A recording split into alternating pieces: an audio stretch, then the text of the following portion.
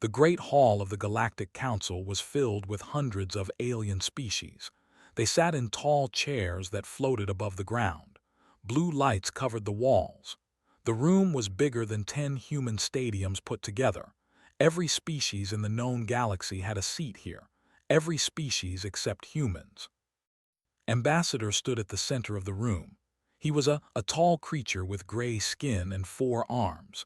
His eyes were completely black like deep space itself. He wore golden robes that showed his high position. When he spoke, his voice echoed through the entire hall. "The humans have refused our demands," said. His voice was cold and angry. "They will not leave the colony on 9. They have chosen war." The council members began to talk among themselves. Some were scared.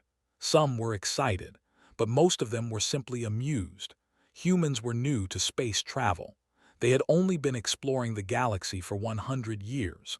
The Empire had been conquering worlds for 10,000 years. "How long will it take to destroy them?" asked a small blue creature from the front row. He was a species known for their love of numbers and calculations. Smiled, it was not a kind smile. "Our strategists have done the math. The human colony has 40 defense ships. We are sending 200 warships. Our weapons are stronger. Our shields are better. Our soldiers are more experienced." He paused for effect. "We estimate complete human defeat in 6 standard hours." The council laughed. 6 hours to end a species' dreams of expansion. 6 hours to teach the young humans their place in the galaxy. It seemed almost too easy. "What about Earth itself?" another council member asked. "Will we attack their home planet?" "Not yet," replied. "First we take 9, we destroy their fleet. We show them that resistance is useless. Then they will surrender everything. Their colonies, their technology, their freedom. They will become workers for the Empire like so many species before them." Far across the galaxy, on a space station orbiting Earth's moon, Commander received the declaration of war. She was sitting in her office when the message arrived. The room was simple and clean. There were no decorations on the walls. Did not believe in showing off. She was a small woman, only 35 years old. Her black hair was cut short. Her uniform was perfectly neat. She had been a soldier for 15 years. She had fought in 3 border conflicts with alien pirates. She had never lost a battle. Her assistant, a young man named Sung, stood nervously by the door. "Commander, the Armada left their staging area 2 hours ago. They will reach 9 in 18 hours." Read the declaration of war slowly. Her face showed no emotion. When she finished, she set the document down on her desk. "6 hours," she said quietly. "They think they can defeat us in 6 hours." "Yes, Commander. Their strategists are very confident." Stood up and walked to her window. Outside she could see Earth floating in the darkness. It was so beautiful. Blue oceans, green lands, white clouds. Billions of people lived down there. They were counting on her to protect them. "The Council has made a mistake," said. "They looked at our numbers. They counted our ships. They measured our weapons, but they did not study our history." Sung tilted his head. "Our history, Commander. Humans have always been underestimated. When we were still on Earth, fighting with sticks and stones, the strong armies always thought they would win easily. But again and again, the smaller force won. Not because they had better weapons, because they had better ideas, better plans, better will." She turned back to face her assistant. Her eyes were sharp and focused. "Send a message to Captain Ho. Tell him to assemble the 7th Strike Division. Full combat readiness." "Yes, Commander. Should I also contact the other fleet commanders?" "Yes, all of them, but tell them to wait for my signal. No one moves until I give the order." Paused. "And Sung, keep this information secret.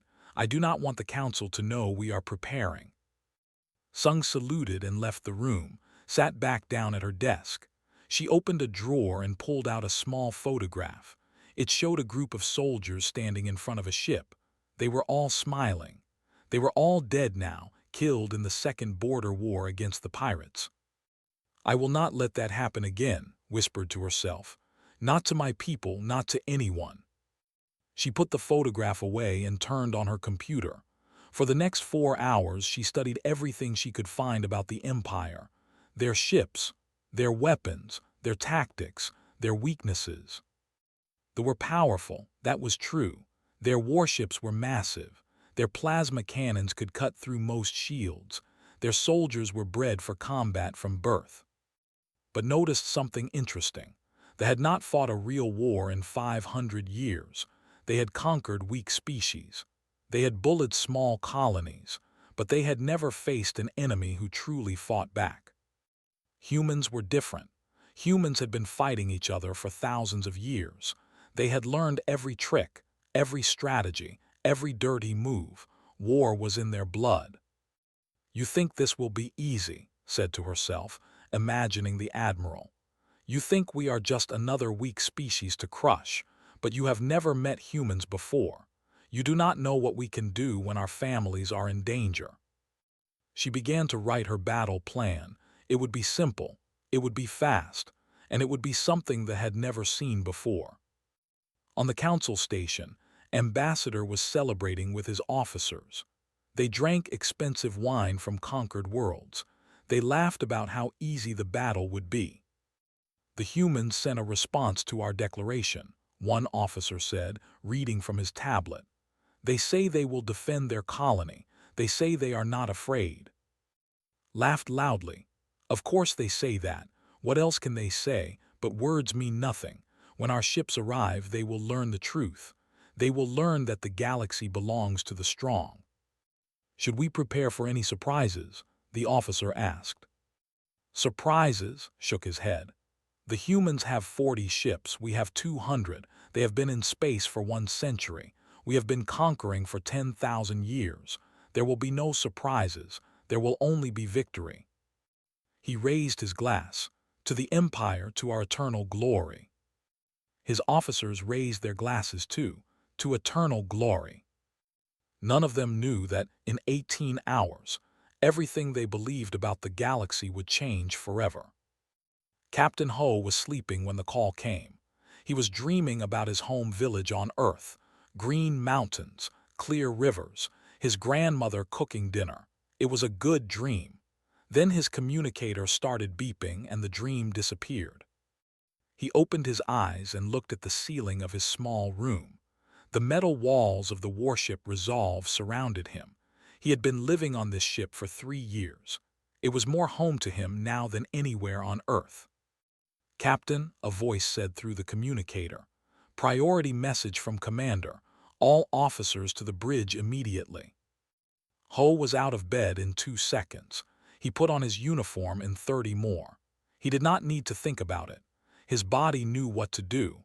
That was what 15 years of military training did to a person. When he reached the bridge, his second-in-command was already there. Lieutenant was standing at the main console, reading data that scrolled across the screen. She was younger than Ho, only 28 years old, but she was the tactical officer he had ever met. What do we have? Ho asked, walking to his command chair. Turned to face him. Her expression was serious. War, Captain. The Empire has declared war on humanity. They are sending 200 ships to attack our colony on 9. Ho sat down slowly. He had known this day would come. Humans had been expanding too fast. The older empires did not like it. They wanted to stop humanity before humans became too strong. 200 ships, he repeated. And what do we have? 40 ships are stationed at 9. Commander is sending us to join them. With our division, we will have 47 total. 47 against 200. Ho smiled. It was a strange smile, not happy, not sad, just understanding. I have fought with worse odds. The commander sent a detailed battle plan, said. She transferred the data to Ho's personal screen. She wants us to use Protocol 7. Ho's eyes widened. Protocol 7 was a secret military program. Only the highest officers knew about it. It involved technology that humanity had never used in real combat before. She is sure about this? Ho asked. Yes, Captain. She said it is time for the galaxy to see what humans can really do. Ho read through the battle plan. It was bold, it was dangerous, and it was absolutely brilliant. Commander was not just trying to defend Nine, she was trying to change the balance of power in the entire galaxy.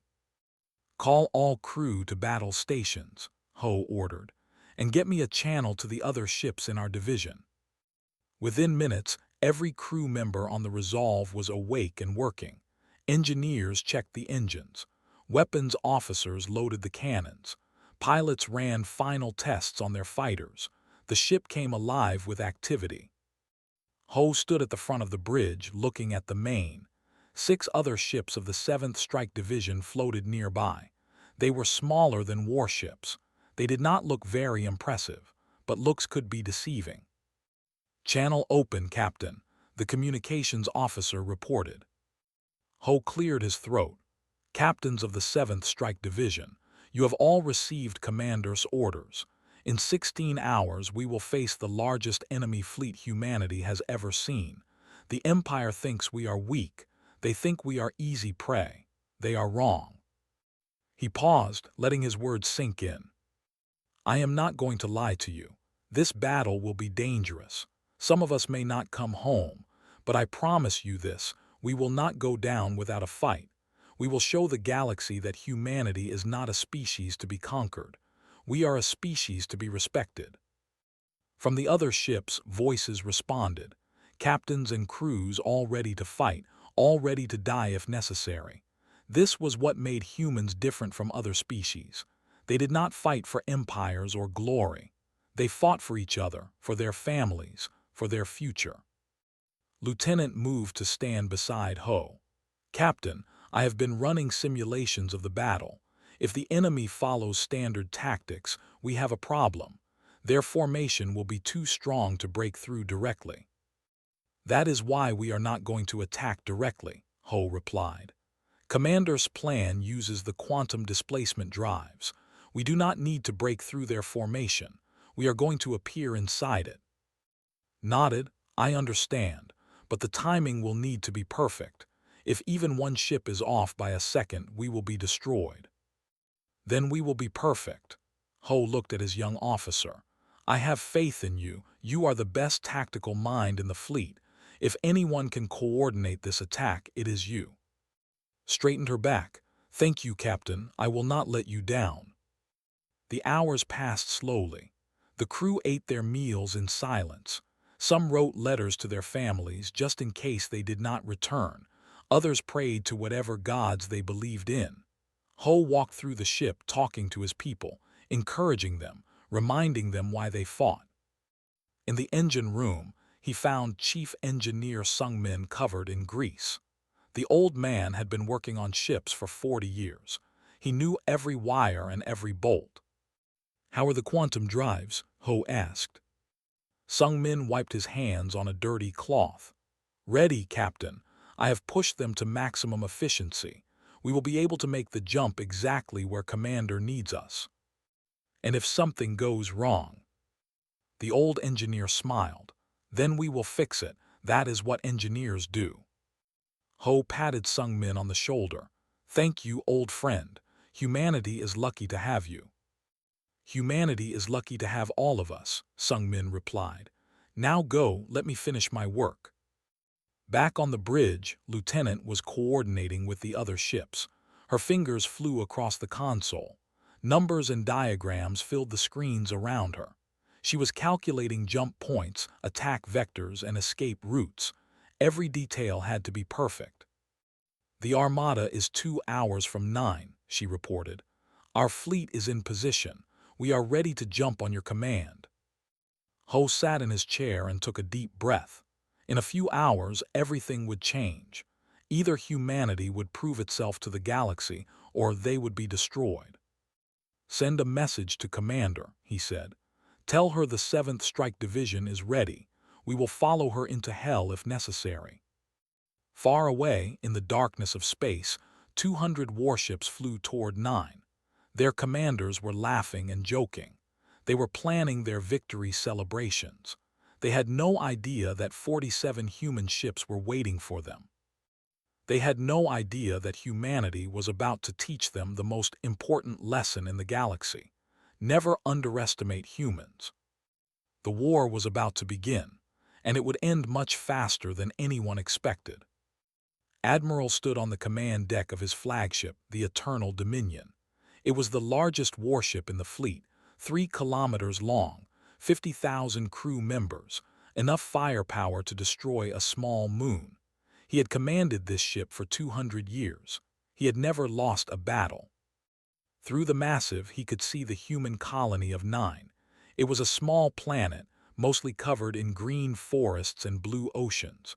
The humans had built cities on its surface. They had farms and factories and homes. Soon, all of it would belong to the Empire. "Admiral," his first officer said, "we are detecting the human defense fleet. 40 ships in standard defensive formation around the planet." Laughed, it was a deep rumbling sound. 40 ships, how cute. They actually think they can stop us. The first officer hesitated. "Sir, should we perhaps be more careful? We know very little about human military capabilities." "We know enough," replied. "They have been in space for 1 century. Their ships are small. Their weapons are primitive. What else do we need to know?" He walked closer to them and studied the human formation. The ships were arranged in a half-circle around the planet. They were not moving. They were just waiting. "Open a channel to all ships," ordered. "Standard attack formation. We will crush them in 1 wave." 200 warships began to rearrange themselves. They formed a massive wedge shape, with the Eternal Dominion at the front. It was a formation that had conquered 1,000 worlds. It was beautiful in its simplicity and deadly in its effectiveness. "The humans are not moving," the first officer observed. "They are not trying to run or reposition." "Because they know it is useless," said. "They have accepted their fate. Perhaps they are smarter than I thought." But something was bothering the Admiral. He could not explain it. The humans were too calm. Any other species would be panicking right now. They would be sending surrender messages. They would be begging for mercy. But the humans just sat there, silent and still. "Scan their ships again," ordered. "I want detailed readings of their weapons and shields." The sensors officer worked for a moment. Then he looked up with confusion on his face. "Admiral, I am getting strange readings. Their ships appear to have some kind of interference field. I cannot get accurate data." "Interference field?" frowned. "What kind of interference?" "I do not know, sir. I have never seen anything like it." For the first time, a small doubt entered Admiral's mind, but he pushed it away. It did not matter what tricks the humans had. Numbers would win this battle. 200 ships against 40. There was no way to change those odds. "We are within weapons range in 10 minutes, the first officer announced. "Good, all ships prepare to fire on my command. We will end this quickly." On the human side, Commander watched the approaching fleet from her command station on the lead ship. Her face was calm. Her hands were steady. Around her, officers worked quietly at their stations. "The fleet is 9 minutes from weapons range," Lieutenant reported through the communication channel. "All human ships report ready. The quantum displacement drives are fully charged." "Thank you," replied. "Tell Captain Ho to hold position. We wait until they are committed to their attack." "Yes, Commander." The minutes passed slowly. Both fleets moved closer together. The armada grew larger and larger on the human. It was a terrifying sight. 200 warships, each one bristling with weapons. Any normal species would have surrendered by now. But humans were not a normal species. Admiral raised his hand. "All ships prepare to fire.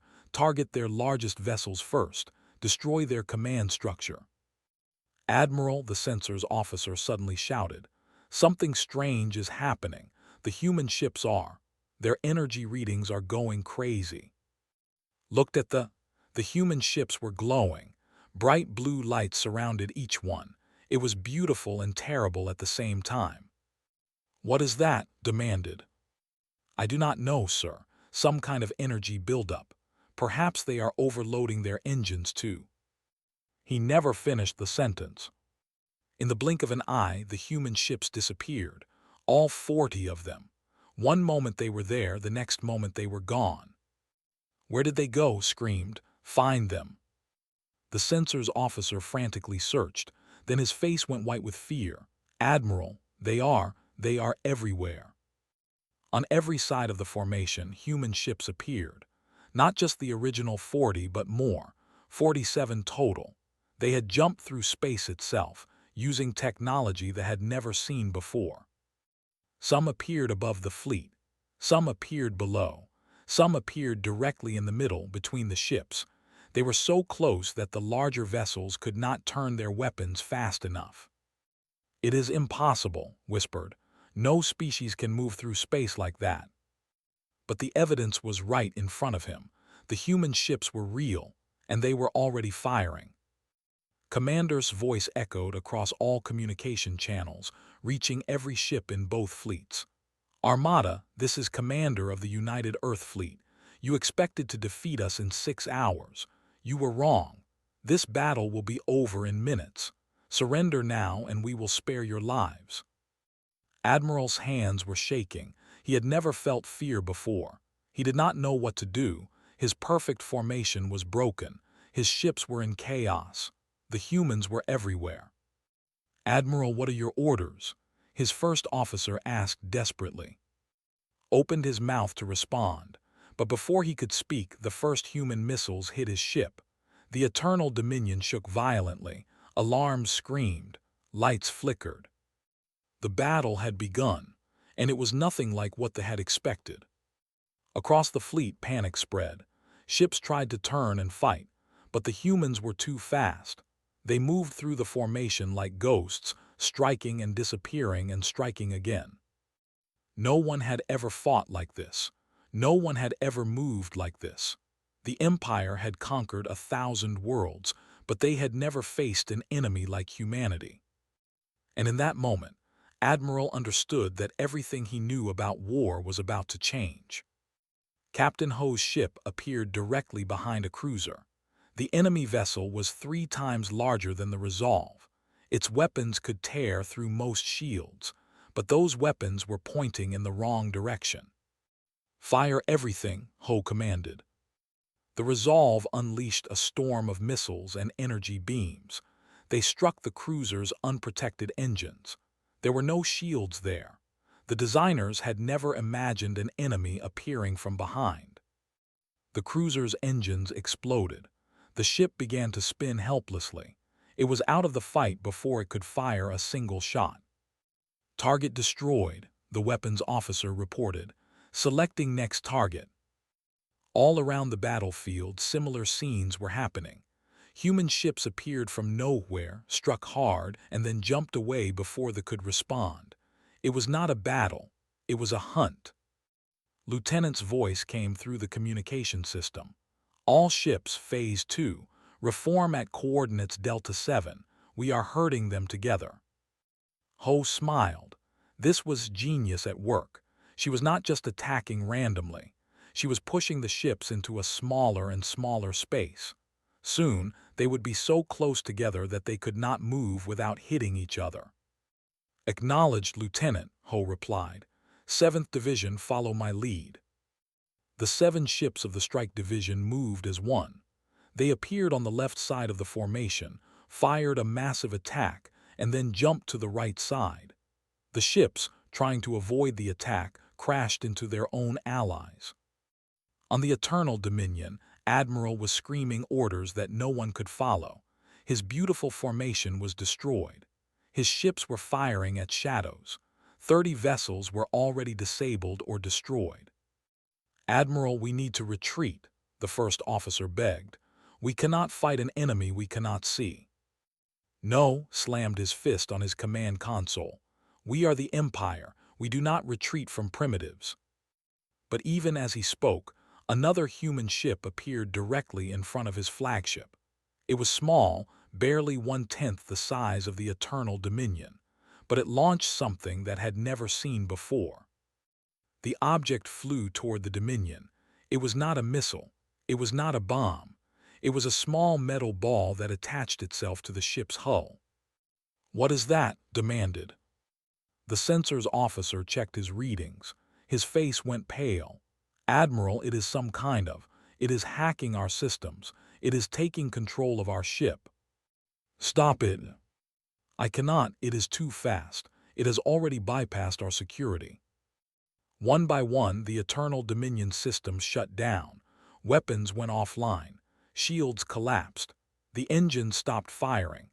Within 30 seconds, the mightiest ship in the fleet was floating helplessly in space. Commander watched from her ship as the battle unfolded. Her face showed no joy. There was no celebration in victory against a weaker enemy. She felt only a deep sadness that this fight had been necessary at all. "Status report," she requested. 3 minutes since engagement began," an officer replied. 60 enemy ships disabled, 0 human casualties. The flagship is neutralized." "And the rest of their fleet?" "Confused and demoralized. They are attempting to form a defensive circle, but Lieutenant's tactics are preventing any organization." "Noted. Send another surrender demand. Give them 1 minute to respond." The message went out to all ships. "This is your final warning. Surrender now. Power down your weapons and shields. If you comply, no more of your people need to die today." For 30 seconds, there was no response. The ships continued to fire wildly, hitting nothing but empty space. They were not even trying to win anymore. They were just fighting because they did not know what else to do. Then, one by one, the ships began to power down. It started with the smaller vessels. Their captains had seen enough. They had watched their friends die. They had watched their weapons fail. They did not want to be next. Within another minute, most of the fleet had surrendered. Only a few ships continued to resist, led by commanders too proud or too stupid to accept defeat. "Captain Ho," said through the communication channel, "handle the remaining vessels. Disable only. No killing unless absolutely necessary." "Understood, Commander." Ho led his division toward the resisting ships. They did not use lethal force. Instead, they used precision strikes to disable engines and weapons. It took less than 2 minutes. When it was over, the armada drifted silently in space. 200 ships completely defeated, not destroyed but broken. Their weapons were offline. Their shields were gone. They could not fight. They could barely even move. Total battle time, 7 minutes. On the bridge of the disabled Eternal Dominion, Admiral sat in his command chair. His uniform was torn. His pride was shattered. He had commanded fleets for 2 centuries. He had never imagined defeat. And now, in 7 minutes, everything he believed about warfare had been proven wrong. "How," he whispered, "how did they do this?" His first officer lay wounded on the floor. Medical teams were trying to help him. The entire bridge was in chaos. Lights flickered. Systems sparked and smoked. "Admiral," a communication officer said weakly, "the humans are hailing us. They want to speak with you." Closed his eyes. He did not want to face the human commander. He did not want to admit that he had failed. But he was still an admiral. He still had his duty. "Put them through," he said. Commander's face appeared on the cracked. She looked calm, professional. There was no arrogance in her expression, no mockery. She looked like someone who had just finished a difficult job. "Admiral," she said, "your fleet is defeated. Your ships are disabled. You have no hope of victory. Do you surrender?" Wanted to argue, he wanted to threaten, he wanted to promise revenge. But what was the point? His fleet was broken. His people were dying. Pride would not bring them back. "I surrender," he said. The words tasted like poison. "Then the battle is over," replied. "Stand by for boarding parties. Your wounded will receive medical treatment. Your crews will be treated with respect. You have my word." Said nothing. He just stared at the until it went dark. 7 minutes. His 200-ship armada had been defeated in 7 minutes. The Galactic Council had predicted human defeat in 6 hours. They had been wrong by a factor of 50. And now, Admiral realized, the entire galaxy would have to rethink everything they knew about humanity. The Galactic Council chamber was silent. 2 hours ago, it had been filled with laughter and celebration. Council members had been drinking wine and planning how to divide the conquered human territories. Now, they sat frozen in their floating chairs, staring at the images showed the aftermath of the battle. 200 warships drifted helplessly in space. Human rescue teams moved between them, helping wounded aliens. Medical ships delivered supplies and doctors. Not a single prisoner was being mistreated. Ambassador stood at the center of the chamber. His 4 hands were shaking. His black eyes were wide with shock. He could not understand what he was seeing. "This is impossible," he whispered. "It must be a trick, some kind of fake transmission." A small council member stepped forward. "It is no trick, Ambassador. We have confirmed the reports through independent sources. The Armada was defeated in 7 minutes. 7 minutes. Our calculations predicted 6 hours." "Your calculations were wrong," snapped. "Obviously wrong." "No," the replied. "Our calculations were based on known technology, standard weapons, normal tactics. The humans used something we have never seen before. They moved through space instantly. They appeared and disappeared like ghosts. Our models cannot explain it." The chamber erupted in worried voices. Species who had considered attacking humanity suddenly changed their minds. Empires who had planned to demand tribute from Earth now worried about their own safety. "What do we do?" a delegate asked. His species had a large navy, but it was smaller than the fleet that had just been destroyed. "We do nothing," another delegate replied. "We wait, we see what the humans want." As if answering their question, a new transmission appeared on the main. It was Commander, broadcasting from her ship. Her uniform was still perfect. Her face was still calm. She looked the same as she had before the battle. "Members of the Galactic Council," she began. "I am Commander of the United Earth Fleet. As you have seen, our forces have defeated the Armada. This was not our choice. We did not want this war. But when you threatened our colony and our people, we had no option but to defend ourselves." She paused, letting her words reach every corner of the chamber. "Now you have seen what humanity can do in battle. You have seen our technology. You have seen our tactics. But there is something more important that you need to understand about us." The council members leaned forward. They expected threats. They expected demands for territory or tribute. That was how things worked in the galaxy. The strong took from the weak. "We are not going to conquer you," said. The chamber went completely silent. No one understood. "We have defeated the fleet," continued. "We could destroy them completely. We could turn our weapons on worlds. We could demand payment for this attack, but we will not do any of these things." Ambassador finally found his voice. "Why not? You have the power. Why would you not use it?" "Because power is not the same as wisdom," replied. "Any species can destroy. Any species can conquer. Any species can kill. But it takes a truly advanced species to choose mercy when they have the ability to show none."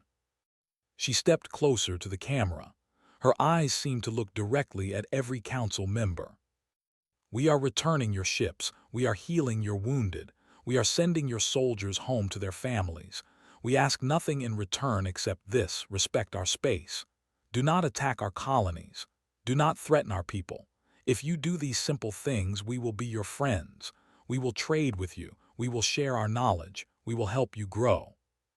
A long pause, then his voice grew harder. "But if you ever attack us again, we will not show mercy a second time. We hope you understand." The transmission ended. The went dark. The council chamber remained silent for a long time. Finally, the delegate spoke.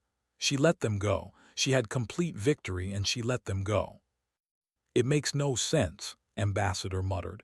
In 10,000 years, no conqueror has ever shown such restraint, the suggested. I was going to say foolishness. No, Ambassador, I think you are wrong. The small blue creature looked around the chamber at all the shocked faces. I think this is the thing any species has ever done. Think about it. Every empire in history has made enemies through conquest. Every conqueror has eventually been conquered in return. But the humans, they made no enemies today. They proved their strength and then they offered friendship. The words hung in the air. Slowly, council members began to nod. They were starting to understand. They are playing a longer game, a delegate said. They are not thinking about today.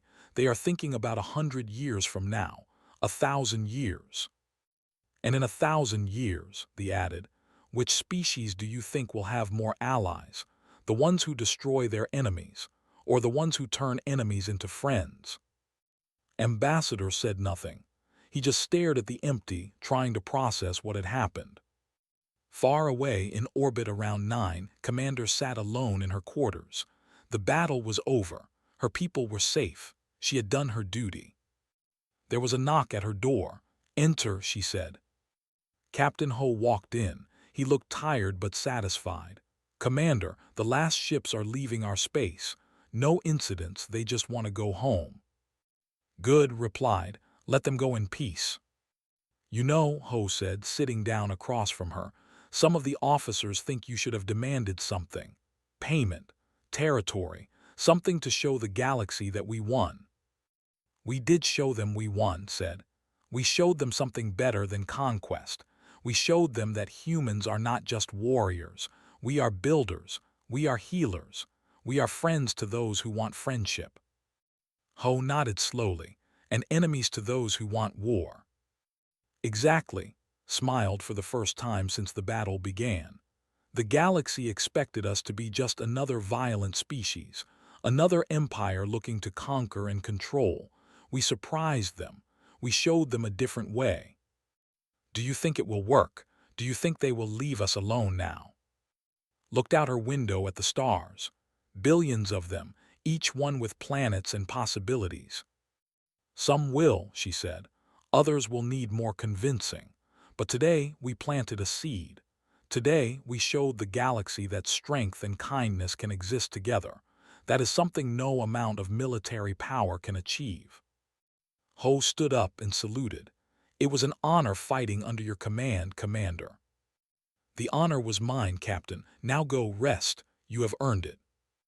After Ho left, pulled out the old photograph from her drawer. The smiling soldiers, her old friends, killed in wars that did not need to happen. This one was different, she said to the photograph. This time we did it right. She put the photograph away and looked back at the stars. The galaxy was vast and dangerous. There would be more challenges ahead, more species who doubted humanity, more battles to fight. But today humanity had proven something important. They were not just strong. They were wise. They were merciful. They were everything the galaxy had never expected. And that, more than any weapon or technology, was their greatest strength.